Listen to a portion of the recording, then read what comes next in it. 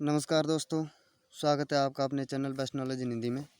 रीट की तैयारी करने वाले विद्यार्थियों के लिए मैं जो सामाजिक अध्ययन से 60 क्वेश्चन आते हैं उनके टेस्ट पेपर ला रहा हूँ। ये अपना टेस्ट पेपर है 8वां। इससे पहले 7 टेस्ट पेपर अपलोड हो चुके हैं। अगर आपने नहीं देखे तो देख लीजिएगा, उनका लिंक आपको डिस्क्रिप्शन में मिल जाएगा। मेरे साथ साथ आप इस टेस्ट पेपर को सॉल्व करते जाइएगा। आपके कितने राइट होते हैं वो आप कमेंट करके ज़रूर बताइएगा।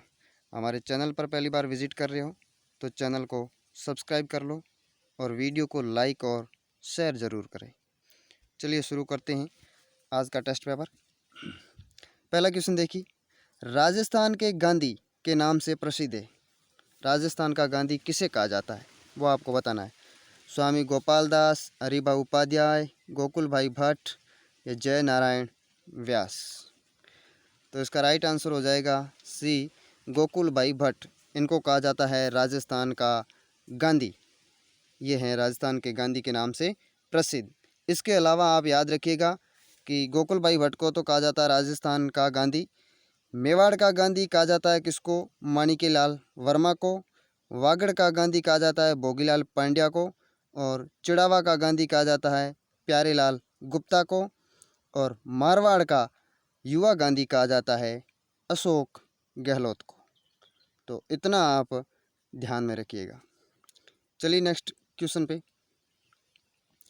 राजस्थान के किस सभ्यता स्थल से एक विशाल दुर्ग स्तंभ संरचना खोजी गई है? आहड़, चंद्रावती, बालाथल या रंगपुर। तो कहाँ से खोजी गई है? राइट आंसर हो जाएगा सी, बालाथल से। नेक्स्ट क्वेश्चन देखिए, सामान्यतः विवाह के अवसर पर किया जाने वाला नृत्य है। कौन सा नृत्य है जो विवाह के अवसर पर किया जाता है? तो इसका राइट आंसर क्या हो जाएगा? ढोल नृत्य। ठीक है, चलिए नेक्स्ट क्वेश्चन पे, मोहनजोदड़ो को किस एक अन्य नाम से भी जाना जाता है? मोहनजोदड़ो को किस एक अन्य नाम से भी जाना जाता है वो आपको बताना है। जीवितों का टीला, कंकालों का टीला, दासों का टीला या मृतकों का टीला। तो मोहनजोदड़ो को मृतकों का टीला के अन्य नाम से भी जाना जाता है। वेद है क्या है? ज्ञान है, विद्या है, ज्ञान व विद्या दोनों है या कोई नहीं? तो इसका राइट आंसर हो जाएगा सी, ज्ञान व विद्या दोनों है वो वेद है। नेक्स्ट क्वेश्चन पे चलिए, एकल परिवार का अंग नहीं है। कौन नहीं है? माता, पिता या अविवाहित बच्चे या दादा। एकल परिवार का अंग कौन नहीं है? तो इसमें आ जाएगा दादा। माता, पिता और अविवाहित बच्चे ये एकल परिवार का अंग है, लेकिन दादा है वो एकल परिवार का अंग नहीं है। नेक्स्ट क्वेश्चन देखिए, लैंगिक भेद है क्या है? लैंगिक भेद स्त्रियों और पुरुषों के बीच अधिकारों का असमानता पर आधारित बंटवारा, स्त्रियों और पुरुषों के बीच अवसरों का असमानता पर आधारित बंटवारा, या स्त्रियों और पुरुषों के बीच कर्तव्यों तथा सुविधाओं का असमानता पर आधारित बंटवारा, या उपयुक्त सभी। तो इसका राइट आंसर क्या हो जाएगा? उपयुक्त सभी। ये सभी है जो लैंगिक भेद है। चलिए नेक्स्ट क्वेश्चन पे, नालंदा विश्वविद्यालय के वित्त पोषण या आर्थिक मदद के लिए हर्षवर्धन ने दान दिए कितने दिए थे? 50 से अधिक गांव, 100 से अधिक गांव, 200 से अधिक गांव या 300 से अधिक गांव। कितने दान दिए थे हर्षवर्धन ने? तो इसका राइट आंसर क्या हो जाएगा? बी, 100 से अधिक गांव है वो दान दिए थे। किसके लिए? नालंदा विश्वविद्यालय के वित्त पोषण या आर्थिक मदद के लिए। नेक्स्ट क्वेश्चन देखिए, सुमेलित कीजिए। आपको सुमेलित करना है, एक तरफ शासक है, दूसरी तरफ उनका कार्यकाल है। किस शासक का कितना क्या कार्यकाल रहा, कहाँ से कहाँ तक, उसको आप सुमेलित करना है। चंद्रगुप्त प्रथम, समुद्रगुप्त, चंद्रगुप्त द्वितीय, स्कंदगुप्त। तो कीजिए मिलान। तो इसका मिलान क्या हो जाएगा? चंद्रगुप्त प्रथम का 319 से 325 ईस्वी सही है। समुद्रगुप्त का 325 से 375 सही है। चंद्रगुप्त द्वितीय का 375 से 412 ईस्वी, ये भी सही है। और स्कंदगुप्त का हो जाएगा 455 से 467 ईस्वी। तो राइट क्या है, इन्हीं के सामने दे रखा है 1, 2, 3 और 4, तो 4 नंबर राइट हो जाएगा। देखिए इनमें एनसीईआरटी और माध्यमिक शिक्षा बोर्ड, उन दोनों किताबों में अलग अलग दे रखा है। तो मैंने ये माध्यमिक शिक्षा बोर्ड की जो पुस्तक है उससे लिया है। एनसीईआरटी में इसका चंद्रगुप्त प्रथम, इसका तो दे रखा है कहाँ से, 319 से 334-35 ईस्वी तक का। और समुद्रगुप्त इसका दे रखा है 335 से 380 ईस्वी तक का, ठीक है। और चंद्रगुप्त द्वितीय इसका दे रखा है 380 से 412 ईस्वी तक का। और स्कंदगुप्त का है वो दे रखा है 455 से 467। तो ये तो राइट ही है, कुछ में डिफरेंस है तो वो आप ध्यान में रख लीजिएगा। एनसीईआरटी के अलग है और माध्यमिक शिक्षा बोर्ड की जो पुस्तक है उसमें थोड़ा बहुत अलग दे रखा है। चलिए नेक्स्ट क्वेश्चन पे। सुदर्शन झील का निर्माण किसके शासनकाल में करवाया गया? किसका? सुदर्शन झील का। समुद्रगुप्त, चंद्रगुप्त मौर्य, सम्राट अशोक, हर्षवर्धन। तो सुदर्शन झील का निर्माण है वो किसके शासनकाल में करवाया गया था? तो इसका राइट आंसर हो जाएगा बी, चंद्रगुप्त मौर्य के। इसका हमें कहाँ से पता चलता है, किस अभिलेख से? तो जूनागढ़ लेख है, उससे पता चलता है कि चंद्रगुप्त मौर्य ने पुष्यगुप्त वैश्य को है जो राज्यपाल नियुक्त किया था और उसी ने सुदर्शन झील का निर्माण है वो करवाया था, ठीक है। चलिए नेक्स्ट क्वेश्चन पे। अकबर द्वारा महाराणा प्रताप को अधीनता स्वीकार करवाने हेतु भेजे गए दूतों का सही क्रम है। अब भेजे तो ये चारों गए हैं, आपको बताना है कि किसको पहले भेजा गया है और किसको बाद में। क्रम से आपको बताना है, 1, 2, 3 और 4, आपको क्रम से बताना है। तो अगर आपको ट्रिक याद है इसकी तो भी आप कर लोगे। इसकी ट्रिक क्या है? ट्रिक है जम्मा भट्टो। क्या है? जम्मा भट्टो। जैसे जलाल खां, माँ से मान सिंह, बै से भगवंत दास और टो से टोडरमल। तो ट्रिक आपको याद है तो भी आप इसको राइट कर दोगे। तो क्या हो जाएगा इसका देख लीजिए। पहले कौन है? जलाल खान, बी हो जाएगा, ठीक है। बी दोनों में है, 2 में 3 में। फिर है मान सिंह, ए, तो ये भी दोनों में है। फिर भगवंत दास, डी हो जाएगा, मतलब 3 नंबर ये राइट हो जाएगा, BADC। कब कब भेजे गए वो भी आप याद रख लीजिएगा इनको। ये दूत है वो कब कब भेजे गए थे उनको भी आप ध्यान में रखिएगा। कि जलाल खान, इसको भेजा गया था नवंबर 1572 में। उसके बाद में मान सिंह को भेजा गया था जून 1573 में। और भगवंत दास, इसको भेजा गया था सितंबर 1573 में। और अंत में भेजा गया था टोडरमल को दिसंबर 1573 में। तो ये आप क्रम भी इनका ध्यान में रखिएगा, कब कब भेजेंगे वो भी आप ध्यान में रखिएगा। नेक्स्ट क्वेश्चन देखिए। भारत में सबसे पहले हिंदुओं पर जजिया कर किस शासक ने लगाया था? कौन सा कर? जजिया कर। किसने लगाया था? मोहम्मद बिन कासिम ने। सी राइट आंसर हो जाएगा। चलिए नेक्स्ट क्वेश्चन पे। 1857 की क्रांति के तहत किस अंग्रेज अधिकारी की हत्या करके उसका सिर आउवा के किले के बाहर टांग दिया गया? बहुत ही अच्छा क्वेश्चन है। बर्टन, मॉरिसन, मैकमोसन या मेजर सावर्स। तो क्या होगा इसका, बताइए। तो इसका राइट आंसर है वो हो जाएगा मैकमोसन। क्या हो जाएगा? मैकमोसन। मैकमोसन है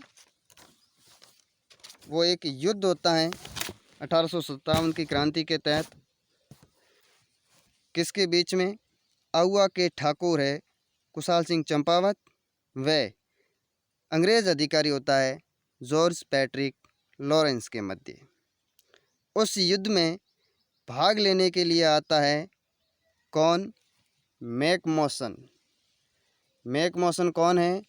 वो है मारवाड़ का पीए। ध्यान में रखिएगा। तो कहा जाता है कि मैकमोसन है जो रात्रि में दिशा भ्रमित हो गया था।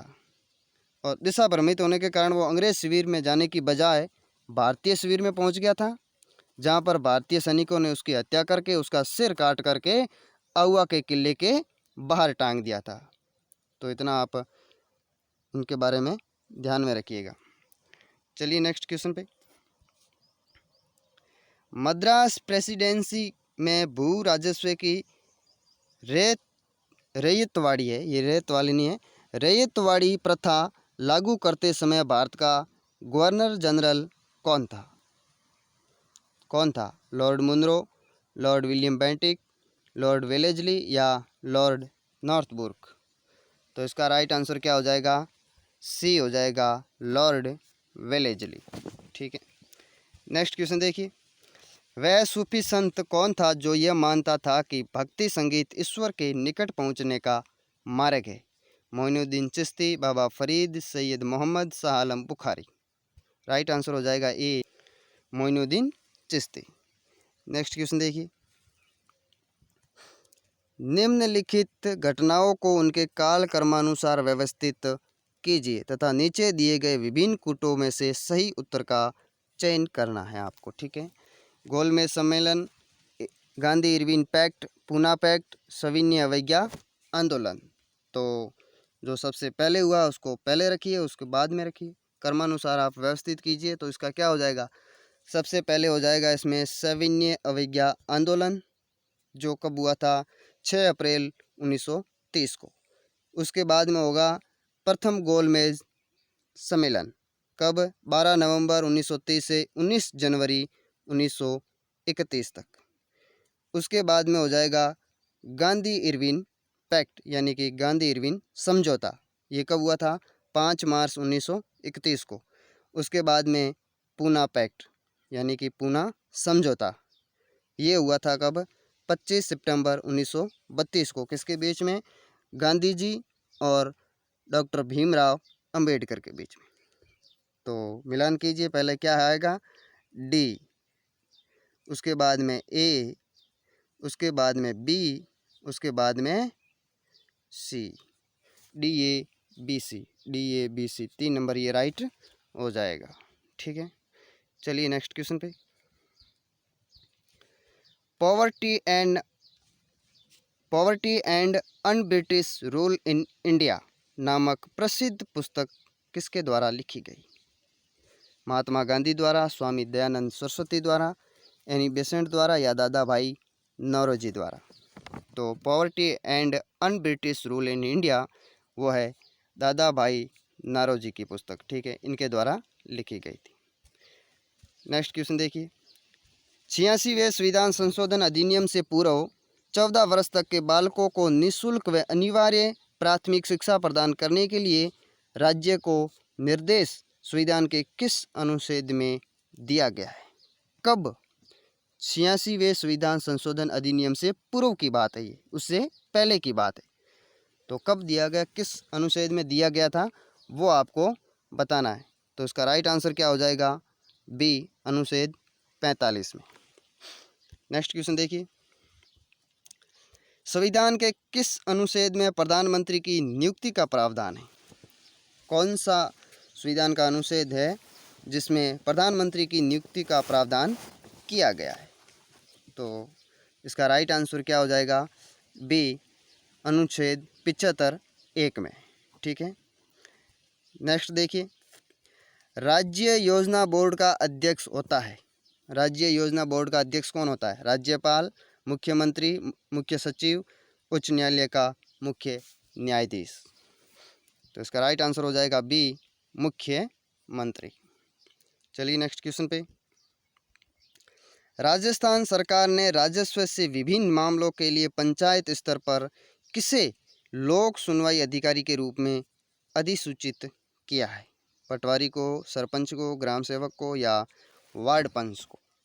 तो इसका राइट आंसर क्या हो जाएगा? सी, ग्राम सेवक को। नेक्स्ट देखिए। ठगी अथवा अनुचित व्यापारिक व्यवहार होने पर हमें शिकायत करनी चाहिए कहाँ? जिला मुख्यालय को, उपभोक्ता संरक्षण मंच को, तहसील को, ग्राम पंचायत को? किसको करनी चाहिए? तो इसका राइट आंसर हो जाएगा बी, उपभोक्ता संरक्षण मंच को। नेक्स्ट देखिए, आपातकालीन प्रावधान संविधान के किस भाग में वर्णित है? कौन से आपातकालीन प्रावधान है वो संविधान के किस भाग में वर्णित है? तो इसका राइट आंसर क्या हो जाएगा? इसका राइट आंसर हो जाएगा भाग 18 में। नेक्स्ट क्वेश्चन देखिए, कानून के समक्ष समता जिसे भारतीय संविधान के अनुच्छेद 14 में प्रयोग किया गया है, कहाँ से लिया गया है? ग्रेट ब्रिटेन से, आयरलैंड से, कनाडा से, स्विट्जरलैंड से। तो कहाँ से लिया गया है? राइट आंसर हो जाएगा ए, ग्रेट ब्रिटेन से। नेक्स्ट क्वेश्चन देखिए, भारत के संविधान की उद्देशिका में 1976 में हुए 42वें संविधान संशोधन द्वारा कौन कौन से शब्द जोड़े गए? भारत की जो प्रस्तावना है, उद्देशिका है, उसमें एक संशोधन हुआ था कब? 1976 में 42वें संविधान संशोधन। उसके द्वारा कौन कौन से शब्द है वो जोड़े गए हैं, वो आपको बताना है। तो इसका राइट आंसर क्या हो जाएगा? राइट हो जाएगा डी, समाजवादी, पंथ निरपेक्ष और अखंडता, ये शब्द है वो जोड़े गए। नेक्स्ट देखिए, सर्वोच्च न्यायालय का गठन संविधान के किस अनुच्छेद के तहत किया गया? किसका? सर्वोच्च न्यायालय का गठन है वो किस संविधान के किस अनुच्छेद के तहत किया गया? अनुच्छेद 120, 122, 123 या 124? तो इसका राइट आंसर क्या हो जाएगा? डी, अनुच्छेद 124, इसके तहत है वो सर्वोच्च न्यायालय का गठन किया गया। नेक्स्ट देखिए, भारतीय संविधान की कौन सी अनुसूची पंचायतों की शक्तियों से संबंधित है? किसकी? पंचायतों की शक्तियों से संबंधित है। कौन सी अनुसूची है? 11वीं। डी राइट हो जाएगा इसका। नेक्स्ट देखिए, भारत में उपभोक्ता संरक्षण अधिनियम 1986 में दिए गए अधिकारों में से कौन सा नहीं है? सुरक्षा का अधिकार, स्वस्थ पर्यावरण का अधिकार, सूचना पाने का अधिकार या क्षति पूर्ति का अधिकार? तो इसमें से कौन सा है जो अधिकार है वो शामिल नहीं है जो 1986 में दिए गए उनमें से? तो इसका राइट आंसर हो जाएगा बी, कौन सा? स्वस्थ पर्यावरण का अधिकार, ये है वो नहीं दिया गया। नेक्स्ट देखिए, राजस्थान दिवस कब मनाया जाता है? राजस्थान दिवस कब मनाया जाता है? 1 नवंबर, 30 नवंबर, 30 मार्च, 31 दिसंबर को। तो कब मनाया जाता है? 30 मार्च को। नेक्स्ट देखिए, जेंटलमैन्स एग्रीमेंट किस किस के मध्य हुआ था? आपको बताना है कि जेंटलमैन्स एग्रीमेंट है वो किस किस के मध्य हुआ है। तो बताइए, महात्मा गांधी और इरविन के मध्य, बाल गंगाधर तिलक व लॉर्ड रिपन के मध्य, गांधी और अंबेडकर के मध्य, या श्री हीरालाल शास्त्री व सर मिर्जा इस्माइल के मध्य? तो राइट आंसर क्या हो जाएगा? डी, श्री हीरालाल शास्त्री व सर मिर्जा इस्माइल के मध्य। पाक जल संधि किन दो देशों के बीच स्थित है? भारत पाकिस्तान, भारत श्रीलंका, भारत मालदीव या भारत बांग्लादेश? तो पाक जल संधि है वो किन दो देशों के बीच में स्थित है? तो इसका राइट आंसर हो जाएगा बी, भारत व श्रीलंका के बीच। नेक्स्ट देखिए, किसी स्थान पर अनेक वर्षों में मापी गई मौसम की औसत दशा को क्या कहते हैं? किसी स्थान पर अनेक वर्षों में मापी गई मौसम की औसत दशा को क्या कहते हैं, वो आपको बताना है। जलवायु, ऋतु, मानसून या उपयुक्त सभी? तो क्या कहा जाता है? तो इसका राइट आंसर क्या हो जाएगा? राइट हो जाएगा ए, जलवायु। नेक्स्ट देखिए, यू आकार की घाटी निर्मित होती है। यू आकार की घाटी है वो किसके द्वारा निर्मित होती है? नदियों द्वारा, हिमानी द्वारा या हवाओं द्वारा या भूमिगत जल द्वारा?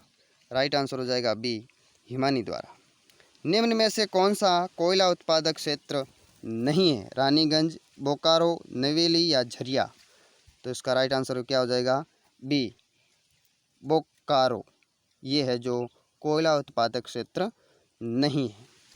नेक्स्ट देखिए, वायुमंडल में दैनिक मौसम परिवर्तन निम्नलिखित में से किसके कारण होते हैं? समताप मंडल, शोभ मंडल, वायुमंडल या प्रकाश मंडल?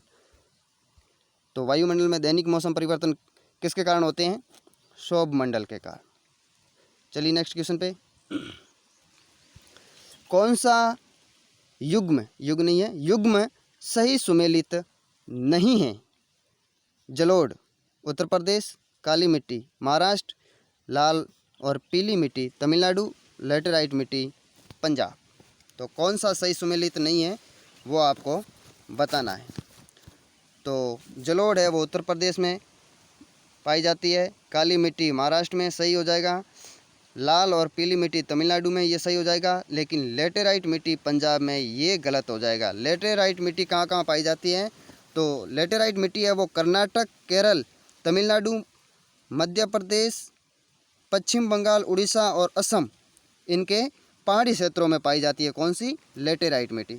तो ये सही सुमेलित नहीं है, डी। नेक्स्ट क्वेश्चन देखिए। भारत में सर्वाधिक वन किस राज्य में पाए जाते हैं? मध्य प्रदेश, झारखंड, सिक्किम, हिमाचल प्रदेश। तो भारत में सर्वाधिक वन है वो मध्य प्रदेश में पाए जाते हैं। नेक्स्ट देखिए। भारत गुजरात की सीमा के निकट कच्छ के रण का कुछ क्षेत्र राज्य के किन जिलों में विस्तृत है? डूंगरपुर बांसवाड़ा, जालोर सिरोही, जालोर बाड़मेर या सिरोही पाली। तो इसका राइट आंसर क्या हो जाएगा? सी, जालोर बाड़मेर। चलिए नेक्स्ट क्वेश्चन पे। सेरीकल्चर अध्ययन विषय है किसका है? रेशम कीट पालन का है, मछली पालन का है, मधुमक्खी पालन का या बागवानी का? तो सेरीकल्चर है वो किसका विषय है? रेशम कीट पालन का। चलिए नेक्स्ट क्वेश्चन पे। कौन सा भू आकार विश्व की सत के नाम से जाना जाता है? महाहिमालय, दक्षिण का पठार, तिब्बत का पठार, पामीर का पठार। तो इसका राइट आंसर क्या हो जाएगा? डी, पामीर का पठार। जनगणना 2011 के अनुसार राजस्थान की कुल साक्षरता दर कितने प्रतिशत रही? जनगणना 2011 के अनुसार राजस्थान की कुल साक्षरता दर कितने प्रतिशत रही? तो इसका राइट आंसर क्या हो जाएगा? डी, 66.1%। ये रही राजस्थान की कुल साक्षरता दर। और पुरुषों की कितनी रही थी? तो पुरुषों की रही थी 79.2%, महिलाओं की रही थी कितनी? 52.1%, और भारत की कुल साक्षरता दर रही थी 73%। ठीक है, इतना याद रखिएगा। चलिए नेक्स्ट क्वेश्चन पे। पहली भारतीय सूती वस्त्र मिल कहाँ स्थापित की गई? मुंबई में, अहमदाबाद में, कानपुर में या चेन्नई में? तो पहली भारतीय सूती वस्त्र मिल है वो मुंबई में स्थापित की गई। भारत में कोयला भंडारों की दृष्टि से कौन सा राज्य अग्रणी है? कहाँ पर ज़्यादा पाया जाता है? झारखंड, मध्य प्रदेश, छत्तीसगढ़, उड़ीसा। तो इसका राइट आंसर क्या हो जाएगा? ए, झारखंड। ठीक है, क्या हो जाएगा? झारखंड। चलिए नेक्स्ट क्वेश्चन पे। जावर खाने प्रसिद्ध है। जावर खाने किसके लिए प्रसिद्ध है? तांबे के लिए है, लोहे के लिए है, अभ्रक के लिए या सीसा जस्ता के लिए? तो जावर खाने किसके लिए प्रसिद्ध है? सीसा जस्ता के लिए। नेक्स्ट देखिए। निम्न में से कौन सा चंबल घाटी परियोजना से संबंधित नहीं है? गांधी सागर, राणा प्रताप सागर या ज्वार सागर या गोविंद सागर। ये बांध है, तो कौन सा है जो चंबल घाटी परियोजना से संबंधित नहीं है? तो डी हो जाएगा, गोविंद सागर। बाकी ये तीनों है जो चंबल नदी पर बने बांध है। चलिए नेक्स्ट क्वेश्चन पे। जैव विविधता का संबंध है, जैव विविधता का संबंध है किससे है? जैव विविधता का संबंध वो आपको बताना है। वन्य जीवों के विविध रूपों से, वनों में पाए जाने वाले पेड़ पौधों के विभिन्न रूपों से, या प्रकृति से मिलने वाले सभी प्रकार के प्राणियों और पेड़ पौधों से, या डी हो जाएगा, पृथ्वी पर मिलने वाले सभी प्रकार के पेड़ पौधों से। तो इसका राइट आंसर क्या हो जाएगा?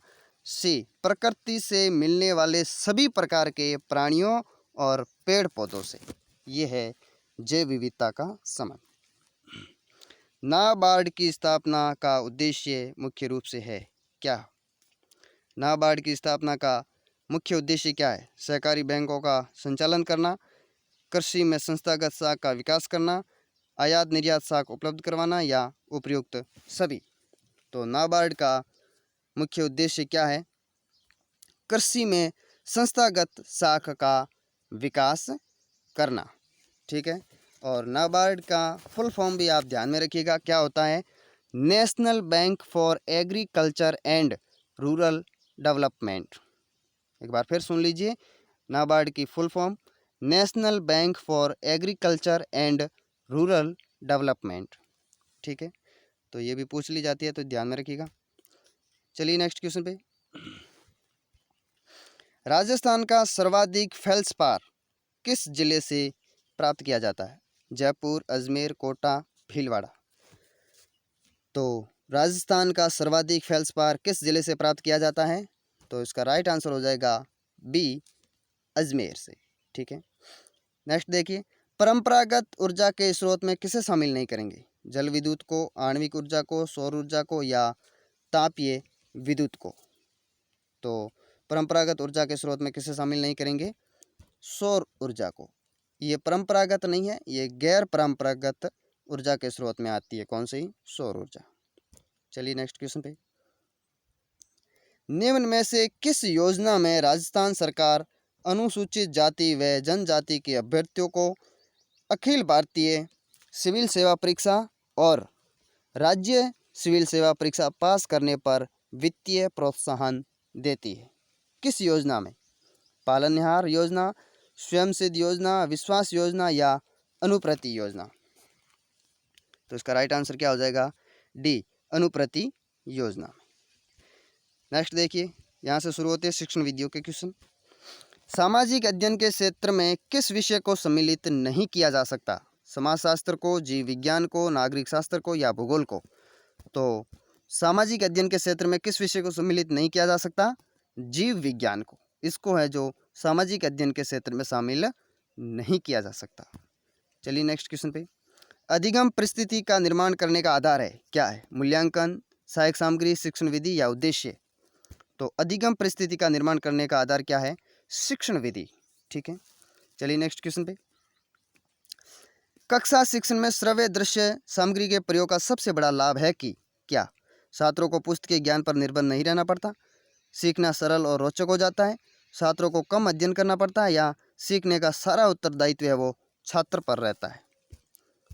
तो इसका राइट आंसर क्या हो जाएगा? राइट आंसर हो जाएगा बी, सीखना सरल और रोचक हो जाता है। यह है श्रव्य दृश्य सामग्री के प्रयोग का सबसे बड़ा लाभ। नेक्स्ट क्वेश्चन देखिए, वह विधि जिसमें शिक्षार्थी दायित्व को सर्वाधिक महत्व दिया जाता है कही जाती है? वह विधि जिसमें शिक्षार्थी दायित्व को सर्वाधिक महत्व दिया जाता है कही जाती है, क्या कही जाती है? अनुसंधान विधि, समस्या समाधान विधि, स्रोत संदर्भ विधि या कार्य गोष्ठी विधि? तो इसका राइट आंसर हो जाएगा अनुसंधान विधि। चलिए नेक्स्ट क्वेश्चन पे। पाठ योजना वह शीर्षक है जिसमें शिक्षक कक्षा के अंतर्गत कुछ निश्चित उपलब्धियों को सुनिश्चित क्रियाओं के द्वारा प्राप्त करने का प्रयास करता है। यह कथन है, किसका कथन है? बेसिंग का है, एल.बी. सेंडल का है, स्किनर का है या थॉर्नडाइक का है? तो ये कथन किसका है? बेसिंग का। ए राइट हो जाएगा। नेक्स्ट क्वेश्चन देखिए, सामाजिक अध्ययन विभिन्न विषयों का योग न होकर एक खाली जगह अध्ययन है, किसका है? गहन, संपूर्ण, स्वतंत्र या सीमित? तो इसका राइट आंसर क्या हो जाएगा? सी, स्वतंत्र। सामाजिक अध्ययन विभिन्न विषयों का योग न होकर एक स्वतंत्र अध्ययन है। ठीक है, नेक्स्ट देखिए, डॉक्टर बी.एस. ब्लूम के मतानुसार मूल्यांकन प्रक्रिया संबंधित है, किससे संबंधित है? शिक्षण उद्देश्य से, सीखने के अनुभव से, मूल्यांकन के साधन से है या उपयुक्त सभी से? तो इसका राइट आंसर क्या हो जाएगा? डी, उपयुक्त सभी से। नेक्स्ट क्वेश्चन देखिए, सामाजिक अध्ययन का व्यवहारिक ज्ञान देने हेतु सर्वोत्तम पद्धति है, कौन सी होगी? भाषण पद्धति, पाठ्यपुस्तक पद्धति, प्रोजेक्ट पद्धति या उक्त कोई नहीं?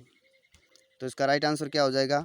प्रोजेक्ट पद्धति। वो है जो सामाजिक अध्ययन का व्यवहारिक ज्ञान देने हेतु सर्वोत्तम पद्धति है। कौन सी? प्रोजेक्ट पद्धति। चलिए नेक्स्ट क्वेश्चन पे।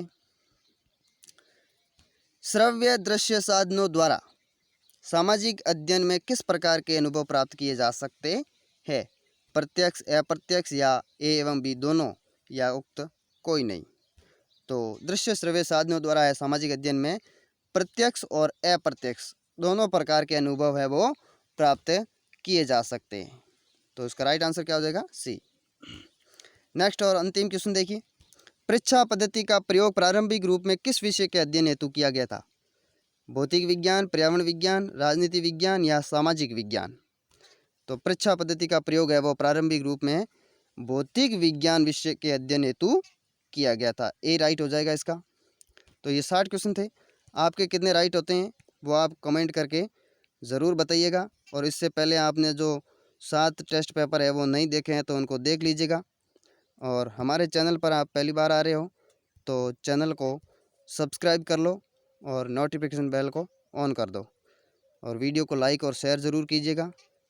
चलिए फिर मिलते हैं नेक्स्ट वीडियो में, तब तक के लिए जय हिंद।